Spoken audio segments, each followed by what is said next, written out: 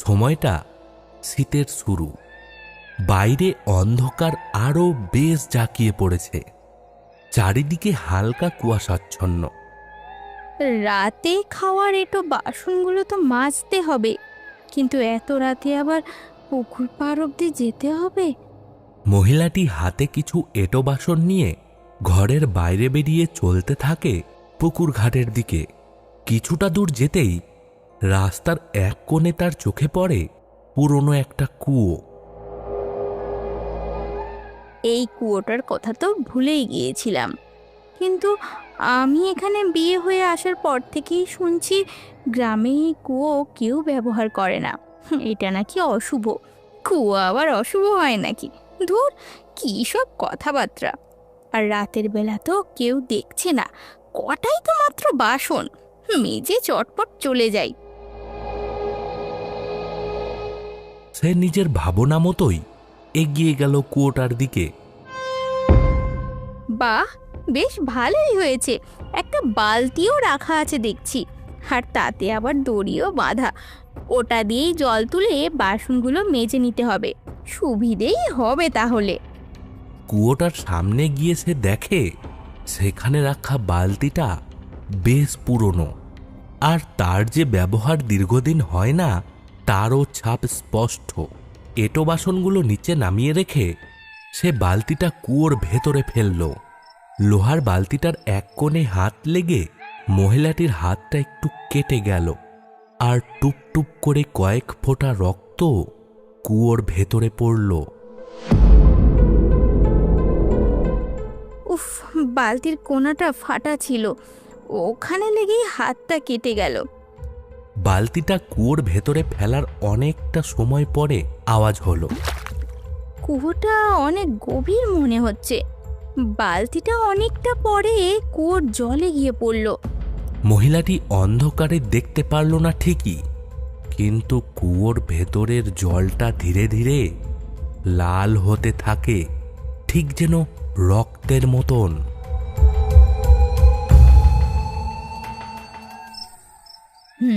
বালতিটা ভরে গেছে, এবার ওপরে টেনে আনি ওটা। কিছু সময় পর জল ভর্তি বালতিটা উপরে উঠে আসে। বালতিটা নিচে রাখতেই মহিলাটির শরীরটা কিছু মুহূর্তের জন্য শিউরে ওঠে। রাতের অন্ধকারের গাঢ়তা বেশি হবার দরুন যেন আরো বেশি করেই সে দেখতে পেল কুয়ো থেকে তোলা জলটার রং লাল, ঠিক রক্তের মতন।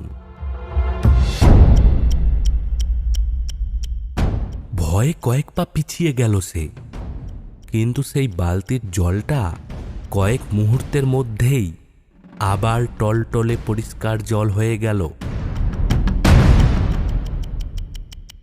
উফ, বাবারে, ও বাবা, ভীষণ ভয় পেয়ে গিয়েছিলাম।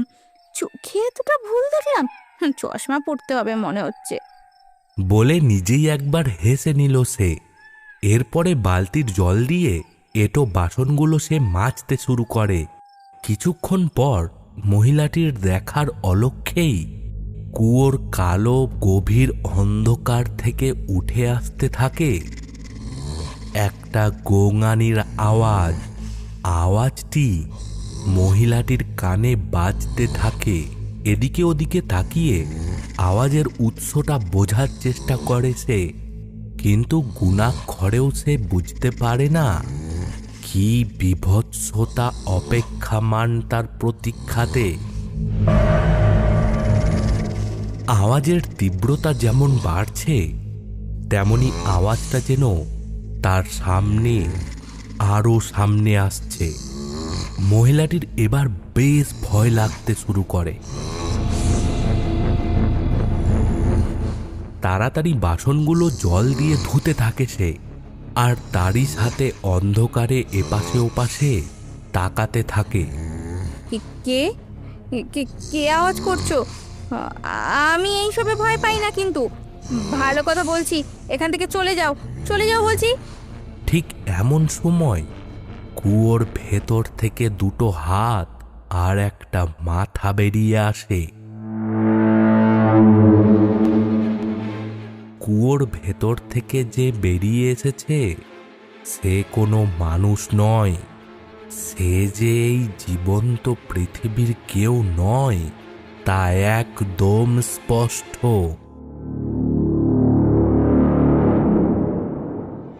মহিলাটি আচমকা কুয়োর ভেতর থেকে বেরিয়ে আসা জিনিসটা দেখে এতটাই ভয় পায় যে তার মুখ দিয়ে কোনো আওয়াজ বেরোয় না। তার শব্দ শক্তি যেন নিমিষেই নিঃশেষ হয়ে গেছে। তীব্র ভয়ের কাছে পরাজয় মেনে হাত থেকে তার বাসনটা আপনা থেকেই পড়ে যায়। সেই বাসনের আওয়াজেই পঞ্চ ইন্দ্রিয় তার আবার সজাগ হয়ে ওঠে, আর সে বলতে থাকে, পালাই পালাই, এখান থেকে যত তাড়াতাড়ি হোক আমাকে পালাতে হবে, আমি পালাই আমি পালাই। কিন্তু সত্যি সত্যি অনেকটাই দেরি হয়ে গেছিল। মহিলাটি উঠে পালাতে যাচ্ছিল, তবে তা ব্যর্থ চেষ্টা হলো, কারণ কুয়োর সেই অধিবাসী মহিলাটির গলাটা ততক্ষণে চেপে ধরেছিল, যার চাপ সারাশির চাপের থেকেও কয়েক গুণ বেশি।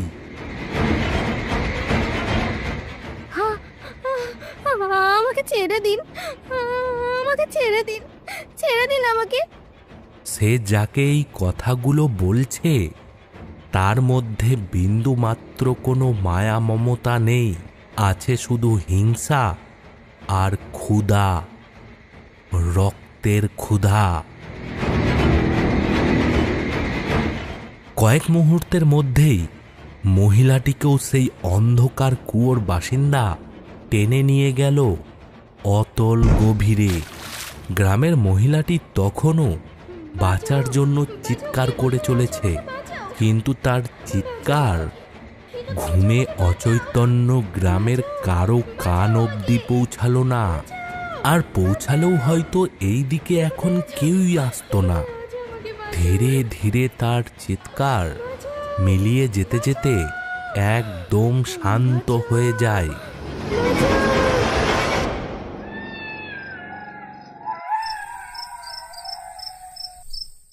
পরের দিন সন্ধেবেলায় গ্রামের কিছু মানুষ চিন্তিত মুখে চায়ের দোকানে বসে আছে।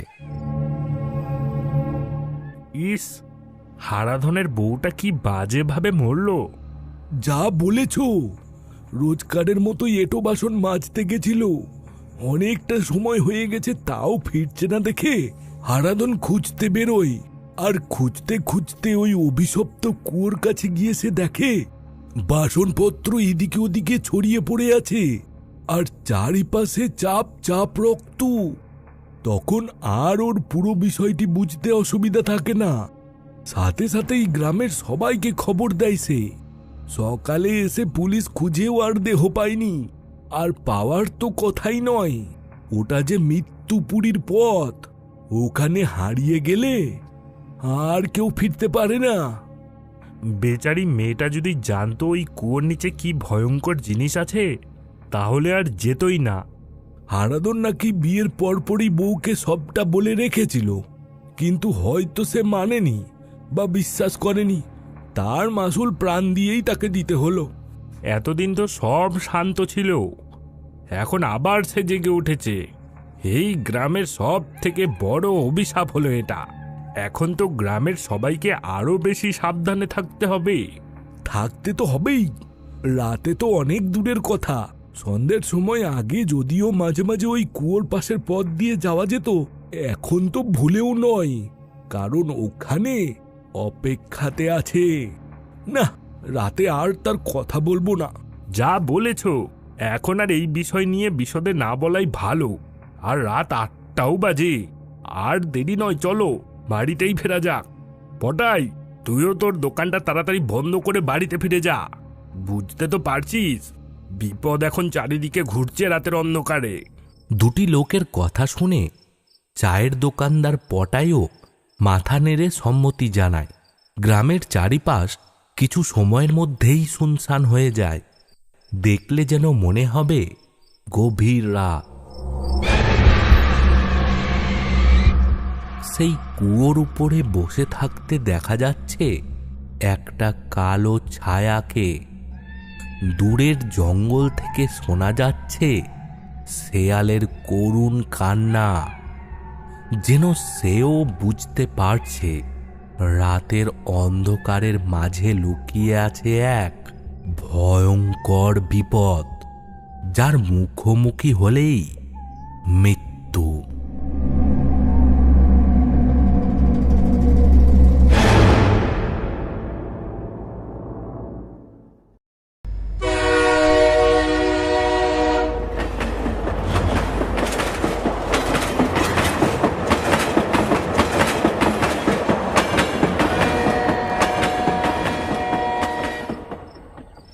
রোহিত যখন ইছাপুর স্টেশনে নামল তখন রাত 9টা বাজে।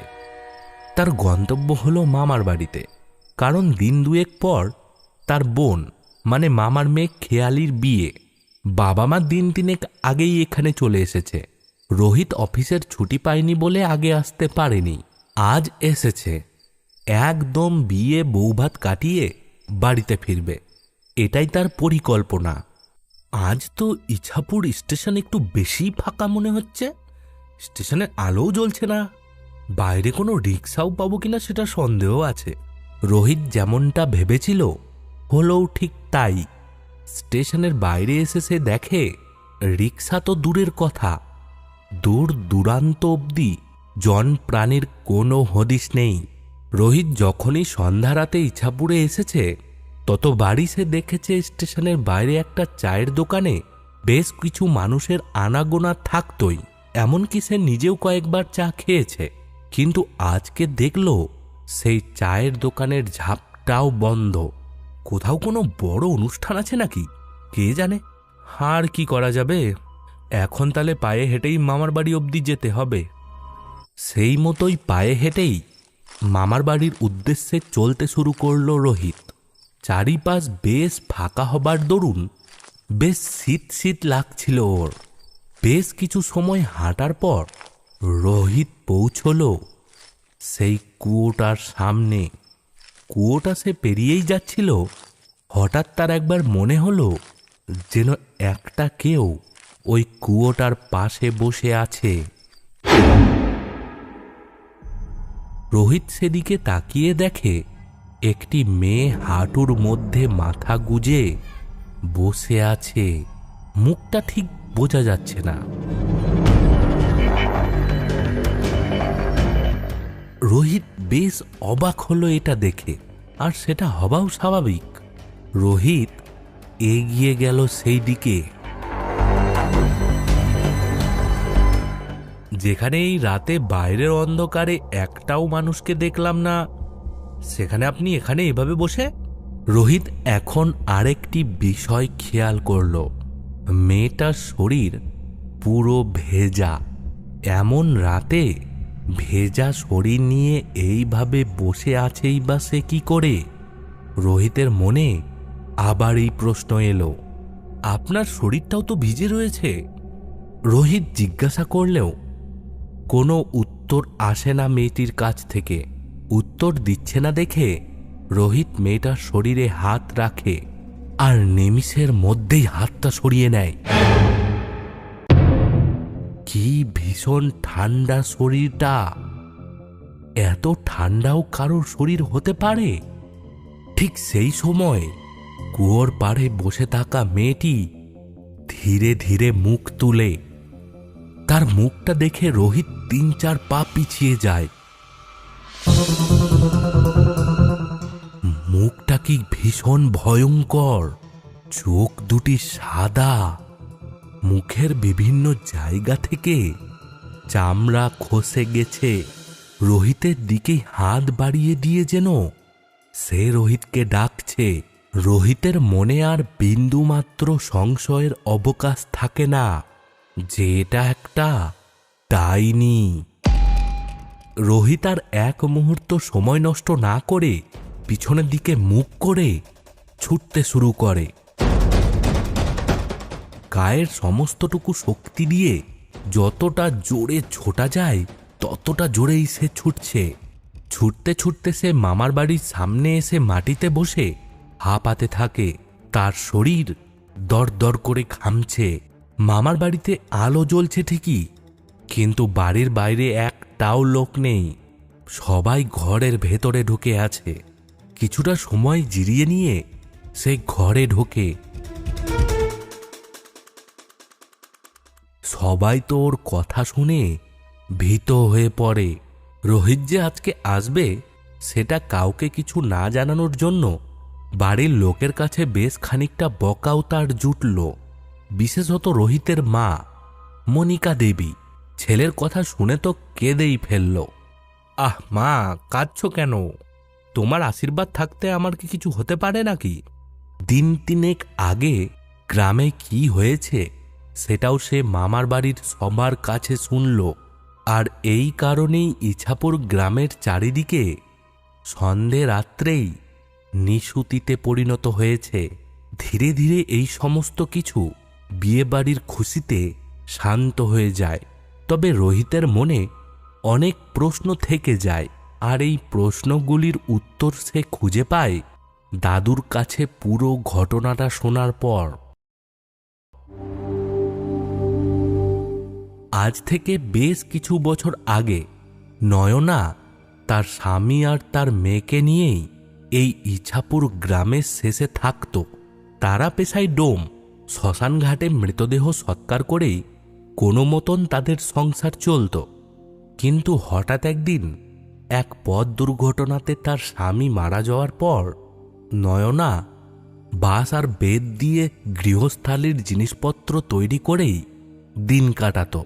নিচু জাতের হবার জন্য গ্রামের মানুষ কেউই তাদের সাথে ভালো ব্যবহার করত না।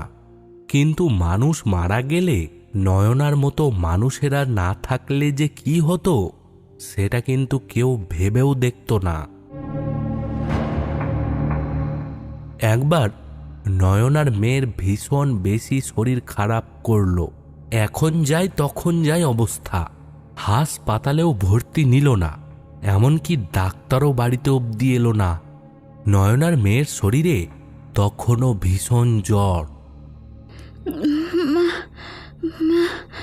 আমার না ভীষণ জল টেস্টে পেয়েছে মা। দাঁড়া মা, এক্ষুনি দিচ্ছি। নয়না মাটির কলসি থেকে জল আনতে গিয়ে দেখে এক ফোঁটাও জল নেই। নয়না মেয়ের মাথার কাছেই সেই আগের রাত থেকে নিদ্রাহীন চোখে ঠাই হয়ে বসে আছে। তাই পুকুর থেকে জল অবধি ভরে আনতে সে পারেনি। আজকে তো জল আনতেই ভুলে গেছি। মেয়েটার জ্বরের ঘরে আবার জল চায়।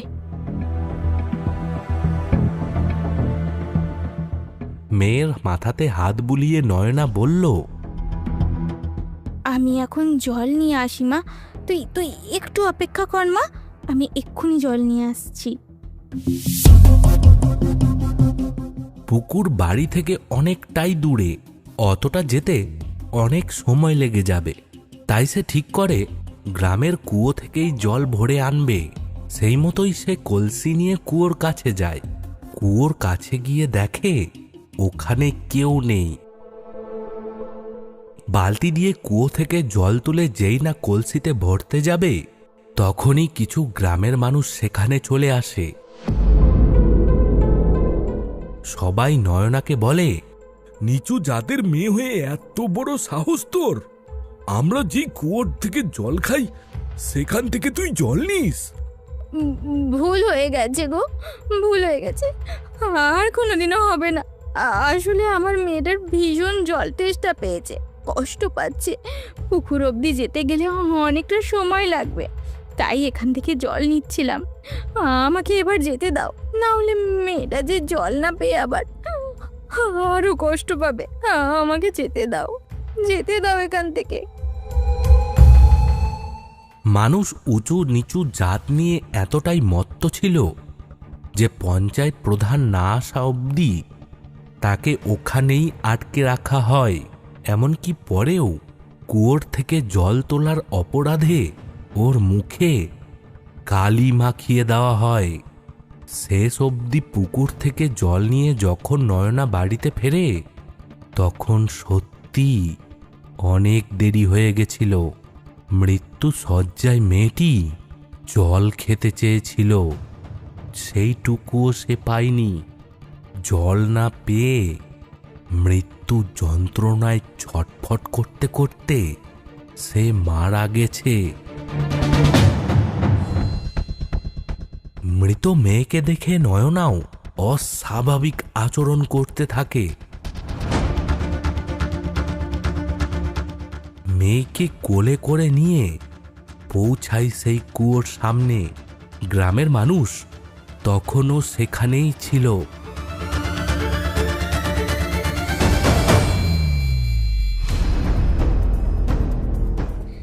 যে আমাদের সৃষ্টি করেছে সে যখন আমাদের আলাদা করেনি, তোমরা মানুষেরা নিজেদের বড় দেখানোর জন্য উঁচু নিচু জাত করে ভেদাভেদ তৈরি করেছো। আজ আমার মেয়ে যখন তোমাদের জন্য মরার কারে এক ফোঁটাও জল পেল না, ঠিক তেমনি আমি অভিশাপ দিচ্ছি। আজ থেকে তোমরাও এই কুয়োর জল কোনো দিনও খেতে পারবে না, কোনো দিনও এই কুয়োর জল খেতে পারবে না। এই বলে চোখের সামনে মেয়েকে কোলে নিয়েই নয়না কুয়োতে ঝাঁপিয়ে পড়ে। সবাই ধর ধর বলে চিৎকার করে ছুটে যায়, কিন্তু কিছুই হয় না। এমনকি অনেক খুঁজেও নয়না আর ওর মেয়ের মৃতদেহ খুঁজে পাওয়া যায়নি। এরপর থেকেই ওই কুয়ো থেকে যেই জল ব্যবহার করেছে সেই মরেছে।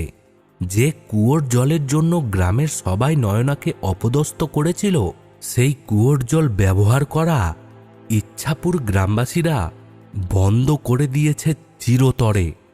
রাতের বেলা ওই কুয়োর পাশ দিয়ে এলে অনেকেই নয়নার অতৃপ্ত আত্মার দেখা পায়। সব শোনার পর রোহিতের নয়না আর তার মেয়ের প্রতি মায়া তথা ভালোবাসা আর ইচ্ছাপুর গ্রামবাসীদের উপরে তীব্র বিরক্তি তথা বিদ্বেষ তৈরি হয়। কবে যে মানুষের মধ্যে থেকে এইসব জাতপাত উঁচ নিচ এইসব ধারণা দূরভূত হবে কে জানে।